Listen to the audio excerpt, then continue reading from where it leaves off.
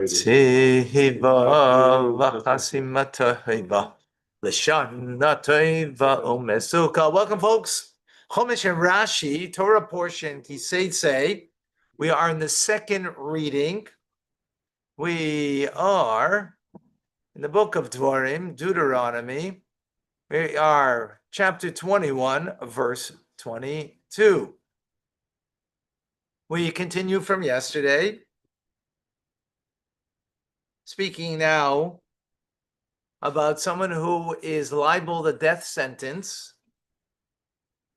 To be liable to death sentence means witnesses, two witnesses that forewarn you before, during your act that makes you liable. Very difficult to have the death sentence implemented. Talmud tells us there's a debate in the Talmud, what is considered a bloody court? One opinion is that if they ruled the death sentence once in 70 years and another was once in 7 years. In any case, it was very seldom applied. But we are learning here, Chumash and Rashi. Let us go straight into it. Okay, as we read the verses, we translate literally, not contextually. So something might be a little difficult. So those who want to learn Hebrew, this is your opportunity. And if it will be beish in a man, chait, a sin. Mishpat mavis, that sin has a judgment. Mishpat is a judgment. Mavis of death. V'humas, and he'll be killed. He'll be put to death. He'll be put to death. Vasalisa say alaei, you shall hang him on a wooden beam. Okay, Rashi 22. We already learned the laws of someone who gets the death penalty, right, in different instances. But now we're talking about now an extension of this law. So if a man will commit a sin whose judgment is death, smichas haparshis. So Rashi says, again, he's bringing up the idea of the juxtaposition of the passages over here. Magid, this tells us. That's right.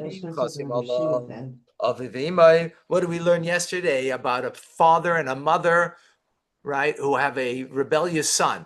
And we spoke about that law. That was a very unusual law, that the parameters of the law are so restrictive that the Talmud tells us it never happened, right?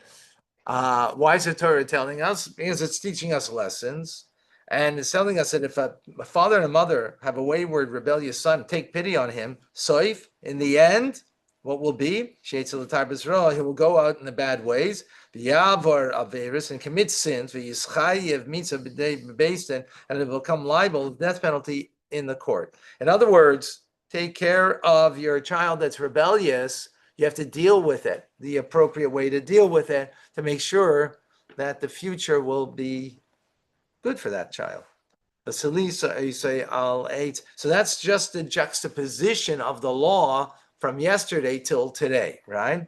But now comes the halacha, the ruling that you have to hang this person on a wooden beam. Rabbi Sino Amru, our sages have said, Kol aniskolim, that all that are put to death by stoning, nitlin, they are hanged afterwards. Shenamar, as it says in the following verse, Klilas Elokim Toli, for the hanging person is a curse of God, V'amivarech Hashem, and the one who blesses God, Biskila, is put to death by stoning.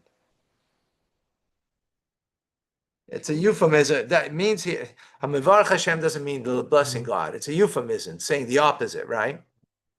Like when we speak about a blind person, we don't call them in Hebrew blind, we call them Sagi Nahar, which means too much light, right? In other words, it's a euphemism, right? So same thing as over here, it's a euphemism. It's saying that he's blessing God, meaning he's doing the opposite. And therefore, when you curse God, you get and you're liable because of two witnesses again for the death penalty. So this is what the verse is making reference to. Right, this is what hanging on the tree is Hanika? No. Skila, and afterwards to hang. I know, but is it considered to be, because I know there's 4 forms. Right, no, it's from skila. No. It's not. No. Okay. No. Let's see. We'll see. We'll see further. We'll see further. Is it? Right. Yeah. No. Yeah. I'm saying that we're going to see further with the next verse to see, but it's not. No, it's not Chanika. Right. It's okay. Let's continue with the idea here because we're in the middle of it. Okay. Because the next verse seems to be contrary. Lo yisali nivlase al eitz.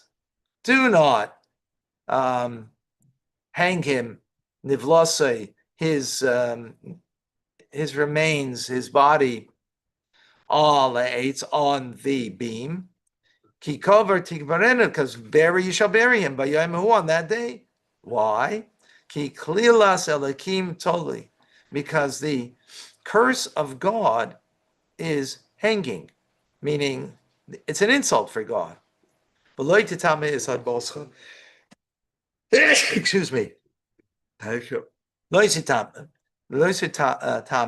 Do not make impure Admoscha, your land, Asher Hashem Elokecha, that Hashem, your God, Noisan Locha, is giving to you, Nachla, as an inheritance. Let's see, Rashi, we need to understand what's going on over here.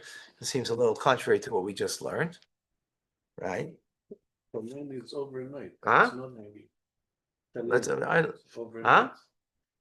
The what? Talin is overnight. Like you cannot live him overnight.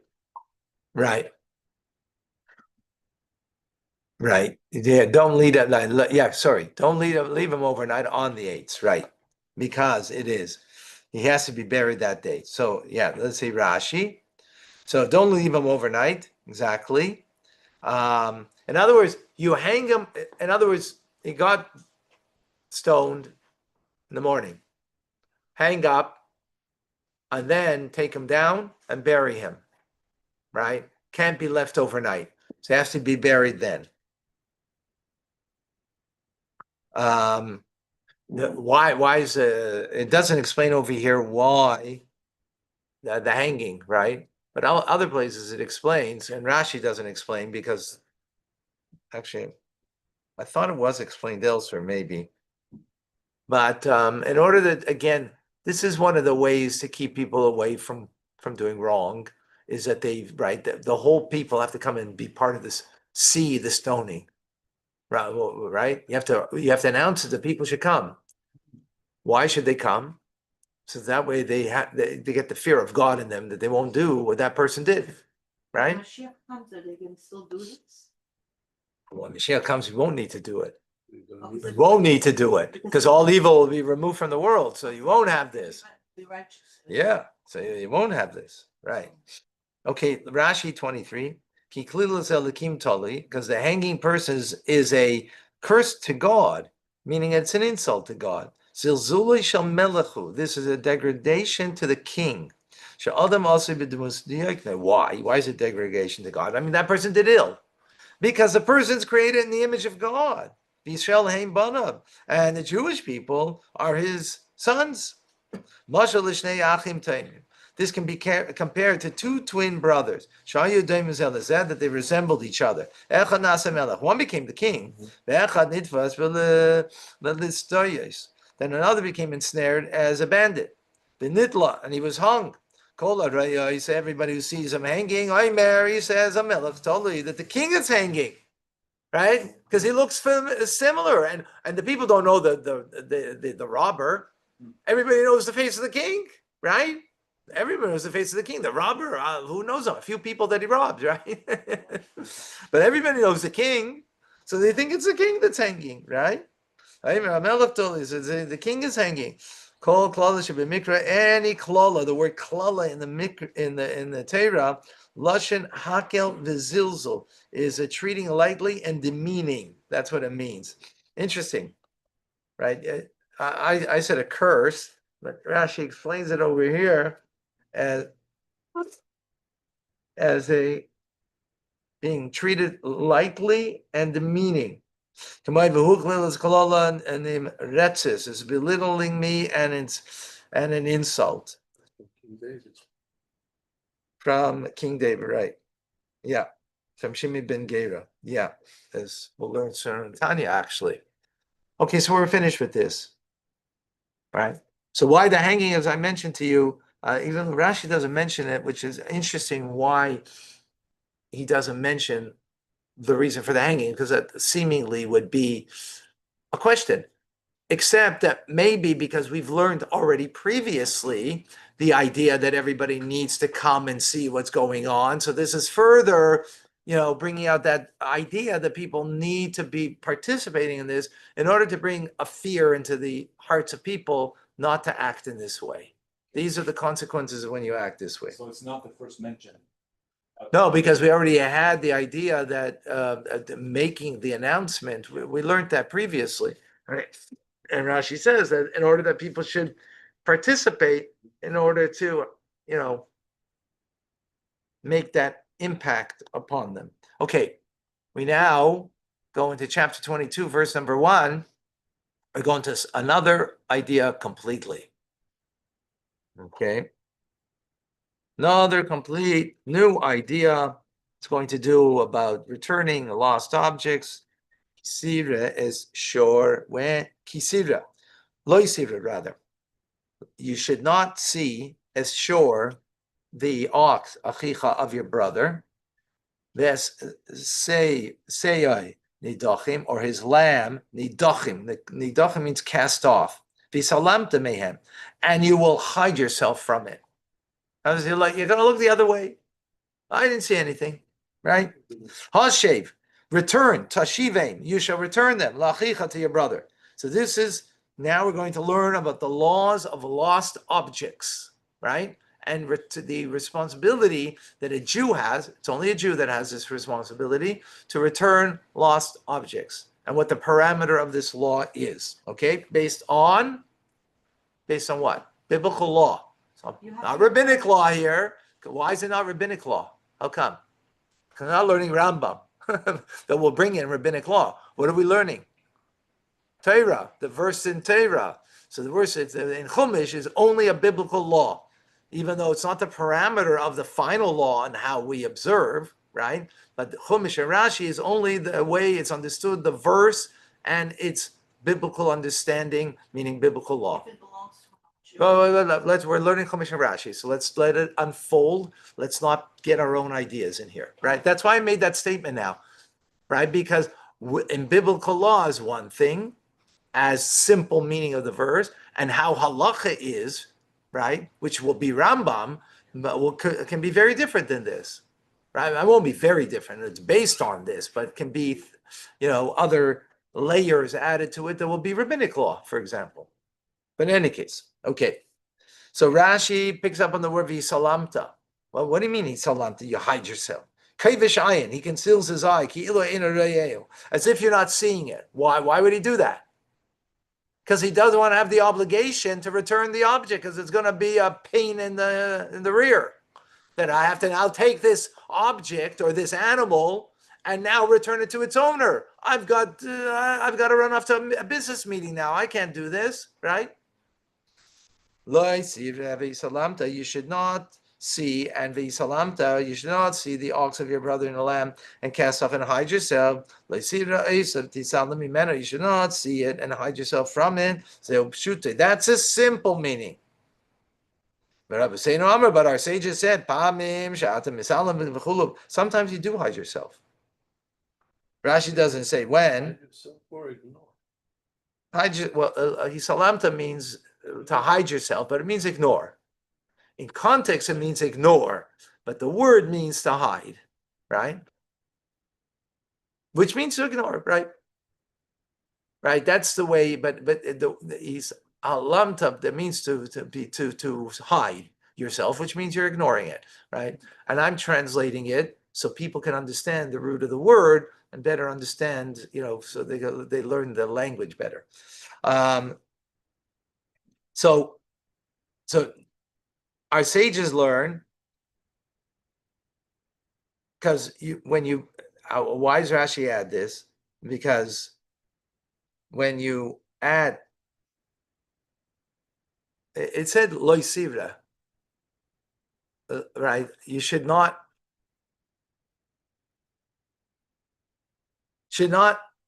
see this lost object, right? So why does it say and you hide yourself from it? In a way, it's superfluous. It says don't not see. In other words, see that your brother's ox is lost. So why does it have to say that you are hiding yourself? You're ignoring it. That's why the first explanation is not sufficient, right? That only means that you shouldn't hide yourself because it's superfluous. That's why we need the second explanation to tell us, because sometimes you do have to hide yourself from it. When do you have to hide yourself? Rashi doesn't say over here, which is interesting. If you're an older person and you don't have the strength to do it, right? Or if you are a sage, it's not befitting for you that you should run after an ox and go and take an ox and go and ta, right? So there's instances when you do hide yourself from it, where you do ignore it, right? Interesting why Rashi doesn't give the example, but he gives that the superfluous words, right? That's why he brings those two words. Lo yisi Rabbi Salamta. I mean, don't see. If it's not to see, in other words, you should see, right?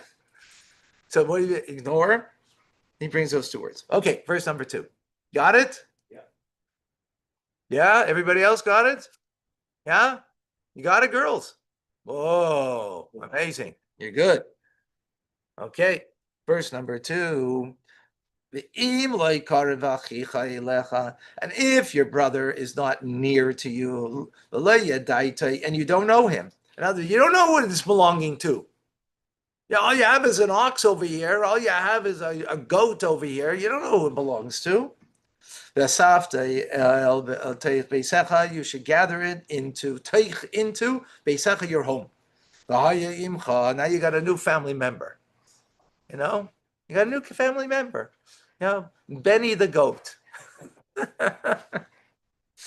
And you bring him into your home. And he should be with you until droish, inquiring your brother. Your brother inquires after it. And then you should return it to him.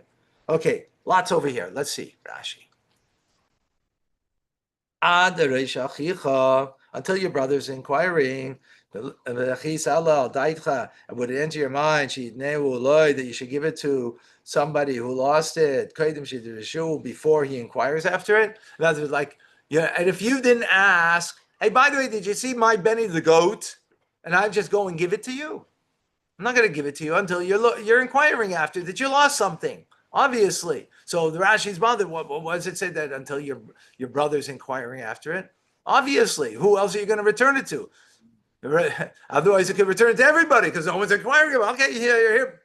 You know, oh, your name's Benny. Here's your goat. You know, Ella. What does it mean? Darshehu, inquire of him. Sheya Ramai, that he's not a liar, that he's not a trickster, he's not a swindler. That's what you have to do. In other words, Aderoi Shachicha is going on you until you inquire of your brother. In other words, you ask him, oh yeah, it's yours. Can you tell me, is it a spotted goat? What color is the goat? Right? And so on, right? How many legs does a goat have? Okay, that question you're not going to ask. Right? And you should return it to him. What does that mean you should return it to him? That there should be something returned to him. You should return it to him. In other words, that it should not eat its full worth in your house, and that you would claim it from him. And you would claim it from him. In other words, that goat has to eat. Means you have to feed the goat. Now, what happens if he only came a month later and you fed it for the whole month, and maybe now it's whatever you fed is the worth of that animal or somewhat the worth of that animal, right? From here, we learn from this that anything that produces and eats, it should produce and eat, and that which does not produce, you should sell it. In other words, if it's an ox and you could use it to, actually, no, I'm sorry, but it produces a need. No, that's actually wrong. A mistake. If it's a cow and it produces milk, so then fine, you could then keep it and then you could use that milk. You got benefit from it, right? Because you're feeding it. Because you're feeding it, right? But if it's a ox that doesn't produce milk, then sell the ox and keep the money in the house for when the person will come looking for his lost object, right? Because that you should return it to him. The way I understand is that's kind of obvious. Well, obviously you have to return it to him. What are you doing? The whole point over here is that you're returning this thing to him. So Rashi is saying, return to him something that's returnable. In other words, something that eats, but also produces. Otherwise, I've got a complete loss over here. Right? That's what it means. Yeah, got it? Okay, verse number 3. Said, likewise you shall do to his donkey, right? Also you should do for his garment. And so likewise you should do to any lost object of your brother. That he loses mimenu from him, and you found it, you're not able to hide yourself. Got it? Say twice. Excellent question. Rashi brings it up. You cannot hide yourself. To conceal your eye, as if you don't see it. That seems to be the same thing as we said before.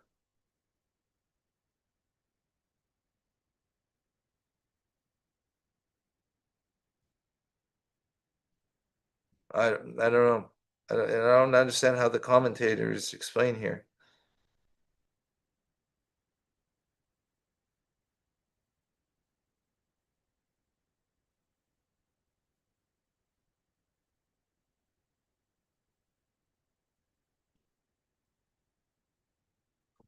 No, okay. The first one was hide yourself, that I'm not going to take it to as a lost object. Now, don't hide yourself. Right now, it's not coming. When you're a witness to the lost object, right? Now it's coming after you've already had it, right? Don't keep it for yourself.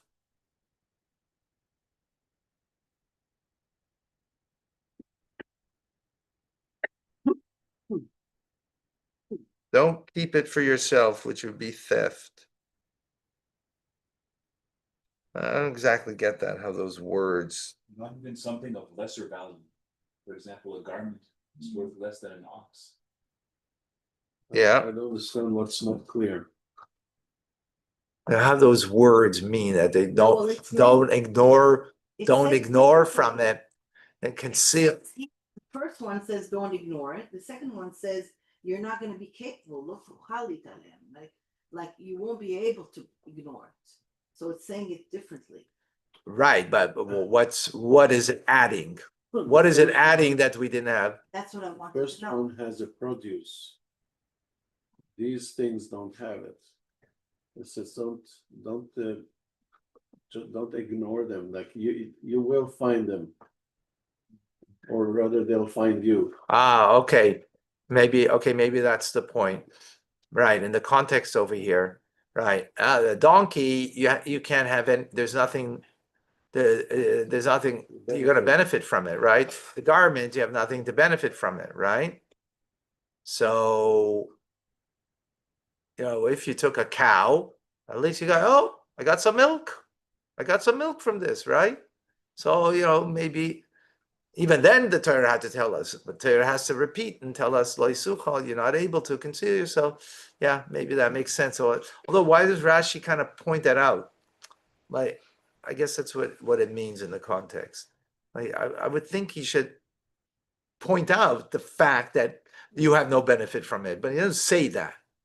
It says here, Lo tuchal litalem, that to act as if you don't see it. No, we understand what the words are saying, but why the repetition? What's right? So I'm saying it makes sense in the context of it, but seemingly Rashi should have elaborated on that, right? Okay, anyways, verse number 4. Next verse, yeah? Loi sivre, do not see. Es chamorachicha, don't act this way. The donkey of your brother, or his ox, noiflim, that they're falling bederech on the path. Visalamta mehem, and you're going to conceal yourself, ignore it, right, from them. Hakim takim imoy, you should load, you shall load, raise up together with him. Let's see Rashi, right? This is talking now, you've got an animal that is got a load, as we'll see from Rashi, on the donkey. What does a donkey do? Carries a load. That's the purpose of a donkey, right? And it's carrying this load, and it's falling off the animal, right? It fell off. Let's see Rashi. Hakim takim, you shall surely lift up. What are you lifting up? Obviously something fell. So Rashi says, this is loading. Lahatin masoy shenafel me'elav, a load that is a burden that has fallen from the donkey. You shall help your brother and lift it up. Imoy, but it says with him. What does it mean? Im ba'alive, together with the owner. But if the owner went and sat down, and he said to him, since there's a mitzvah, the commandment in the Torah that you have to load it. If you wish to load it, load it. Potter, the person's exempt.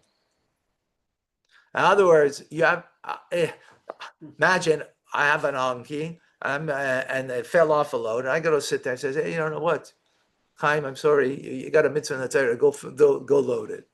No, that's why the verse says over here, Imoy, together with the owner. The owner's going to sit down and not be involved, so you're not obliged. Number 5. Lo yeh kli gever. There should not be a kli gever. Kli means a vessel of a man, but it means a garb, right? It means a garb, clothing, right? Alisha should not be a man's clothing on a woman. V'liyal bish gever, and he should not lo yilbash. He should not wear gever, a man, simlas isha, a clothing, a garment of a woman. Why? Kisay avas, because it is an abomination, Hashem alakecha, to Hashem your God. Kol This destroys totally what the world is engaged in today. It's something that is completely ludicrous. And why is it ludicrous? Because God says so in the Torah. He says it's an abomination. You want to define yourself differently, then therefore it's not an abomination? You can't do that. You can't define yourself the way you want. God's your creator. You didn't create yourself. Let's see Rashi in verse number 5. There should not be the man's garb upon a woman, so that she should resemble a man. Why? So Rashi says, that she will go amongst the men. This is only for lasciviousness. In other words, it's for lewd engagement, right? And a man should not wear a woman's garment to sit amongst the women. An alternative explanation of this, that he should not remove the pubic hair, and the hair of his armpit.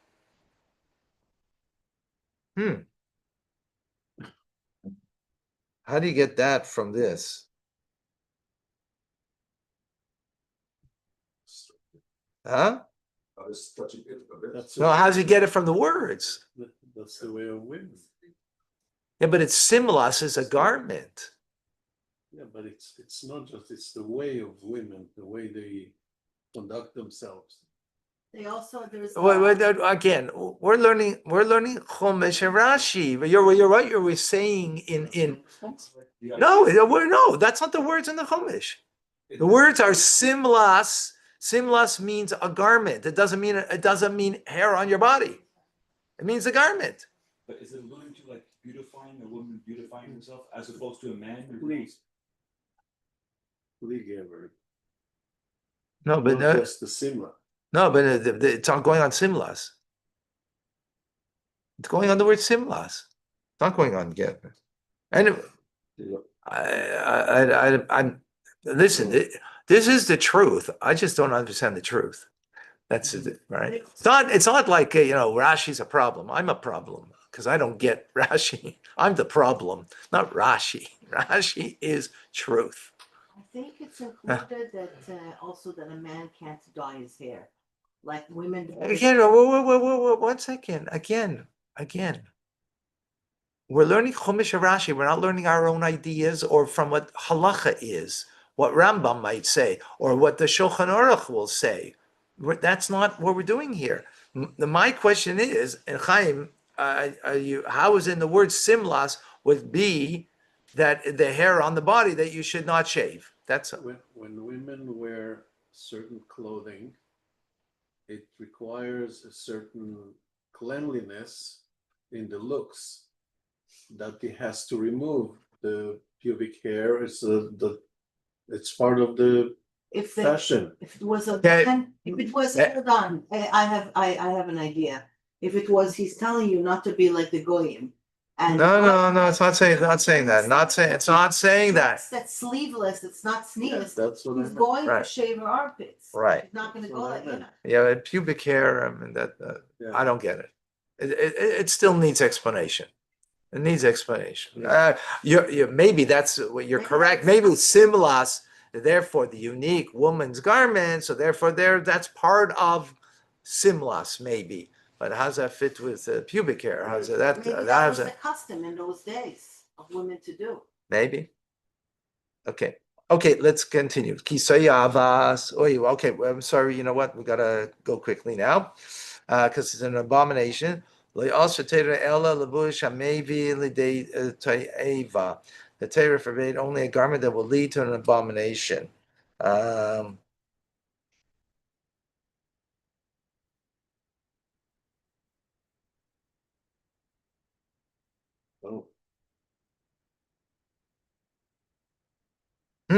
Interesting. Maybe that's Yeah. the link. Huh? Maybe that's the link. There's different types of clothing that would lead to abomination, a different Right. abominable behavior, and which would lead to the shaving of the hair in those areas. Yeah. Okay. Let's see. Yeah. I guess that connects the two. But yeah. Okay. So maybe that was the custom back then with pubic hair. Maybe so that's also fits in, Yeah. perhaps. Okay. Need to look more into that. Okay. Next verse. Verse 6. Ki yikare, when it will happen, if it will happen, rather. Kan tzipor. Kan is a nest of a tzipor, of a bird. Lefanecha, before you, but derech, on the path. V'chol eitz, in any tree. Al haaretz, or on the land. Ifreichim, and there are young birds. Beitzim, or eggs. V'ha'im, and the mother bird. Revetzis, she is hovering, like sitting, roosting. Ala hefreichim, on the young birds, or ala beitzim, or on the eggs. Loisikach, do not take ha'im, the mother, al habanim, on the young. Don't take.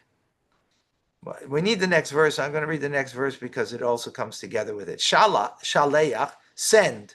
Tishalach, you shall send. Isa'im, the mother bird. Ve'esabanim, and the children, the offspring. Tikach lach, you could take for yourself.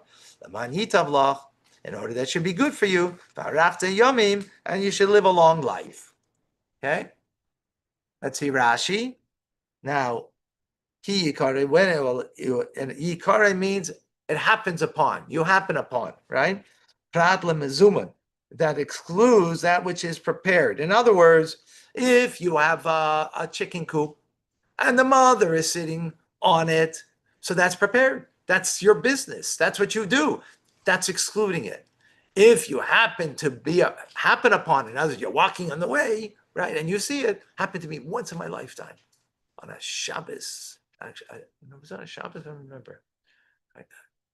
I was by someone, and we went into on his deck, and there it was, a mother hen with the chicks. I like what happened upon it. It wasn't prepared. Prepared means if you had made a livelihood and you had a chicken coop, so that's what you do. That doesn't include that, right? Excludes that. Do not take the mother while she's still on her young. Verse number 7 in Rashi, Laman yitav lach, in order this should be good for you. It's such an easy commandment. It doesn't entail any monetary loss, right? Because you didn't lose anything, because it's not your chicks, not your chicken, right? You happened upon it. And Torah says, Amra Torah says, Laman yitav lach, it will be good for you and you will prolong your life.